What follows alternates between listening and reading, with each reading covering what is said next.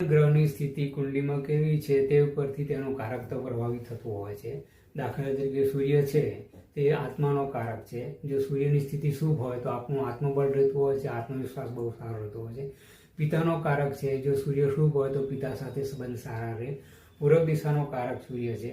જો પૂર્વ દિશાનો વાસ્તુ આપણું રાઈટ હોય તો સમજવાનું કે આપણી કુંડલીમાં સૂર્યની સ્થિતિ સારી છે. જો પૂર્વ દિશાના વાસ્તુમાં કંઈ ગડબડ હોય તો આપણી કુંડલીમાં સૂર્યની સ્થિતિ સારી નથી. માથાનો કારક છે, હૃદયનો કારક છે, હાડકાઓનો કારક છે, કરોડરજ્જુનો કારક છે, આપણા ભાગ્યનો કારક છે, સરકાર સાથેના સંબંધોનો કારક છે, સરકારી ઉચ્ચ હોદ્દાનો કારક છે, યશ કીર્તિનો કારક સૂર્ય છે, વેપાર ઉદ્યોગનો કારક સૂર્ય છે. મોટા મોટા વેપાર અથવા ઉદ્યોગપતિ બનવું હોય તો સૂર્ય બહુ બળવાન હોવો જરૂરી છે. સાથે સાથે સૂર્યના પ્રભાવના આવનાર જે અવયવ આપણા શરીરના છે, આમ જોઈએ તો સૂર્ય આરોગ્યનો કારક છે, એટલે સૂર્ય બળવાન હોવો બહુ જરૂરી છે અને બળવાન ન હોય તો તેના ઉપાય કરવા બહુ જરૂરી છે. સરકારી નોકરી મેળવવામાં તકલીફ થતી હોય તો સમજવાનું કે સૂર્ય નબળો છે. ઘણા ઉચ્ચ જે પ્રશાસનિક અધિકારીઓ હોય તેનો સૂર્ય બહુ બળવાન હોય છે. તો સરકાર અને સરકારી હોદ્દા, રાજકારણ, રાજકીય નેતા, જાહેર જીવન સાથે સંકળાયેલા કાર્યો વગેરેનો કારક સૂર્ય છે. જીવનમાં જે તે ક્ષેત્રમાં સફળતા મળતી હોય તે જો સૂર્ય બળવાન હોય તો જ મળતી હોય છે. અને આરોગ્ય જેનું સારું રહેતું હોય તો સમજવાનું કે આપણો સૂર્ય સારો છે.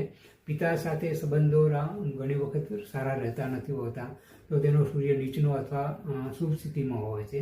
તો સૂર્યને બળવાન કરવા માટે તેના ઉપાયોમાં શું કરવું જોઈએ? ઉપાયમાં સૌથી પહેલાં તો જો આપણી કુંડલીમાં અનુકૂળ હોય તો સૂર્યનો નંગ સોનાની ધાતુમાં ધારણ કરવો જોઈએ, કારણ કે સૂર્ય સોનાની ધાતુનો પણ કારક છે. તે ભાગ્યનો કારક હોવાથી ભાગ્યને જાગૃત કરનાર ગ્રહ છે. ભાગ્યને જાગૃત કરવા માટે દર રવિવારે અંધજનોને ભોજન કરાવવું જોઈએ, કમસે કમ 11 રવિવાર સુધી, તો આપણું ભાગ્યને બળ મળતું હોય છે.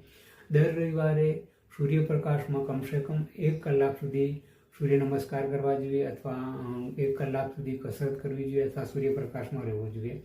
સૂર્યને ખુશ કરવા માટે અથવા સૂર્યની શુભતા પ્રાપ્ત કરવા માટે દર રવિવારે અથવા રોજ બને તો 108 વાર સૂર્યને અર્ધ્ય આપવું જોઈએ, ગાયત્રી મંત્ર સાથે અથવા સૂર્ય ભગવાનના 12 નામ સાથે.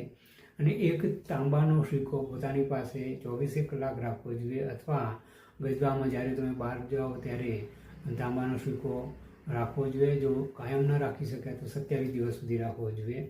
સૂર્ય રવિવારના દિવસે ઉપવાસ કરવો જોઈએ. પિતા અને પિતાતુલ્ય વ્યક્તિઓને પ્રણામ કરવા જોઈએ. વ્યસનનું સેવન નહીં કરવું જોઈએ, કોઈ પણ વ્યસન રાખવું જોઈએ નહીં. રવિવારના દિવસે બને તો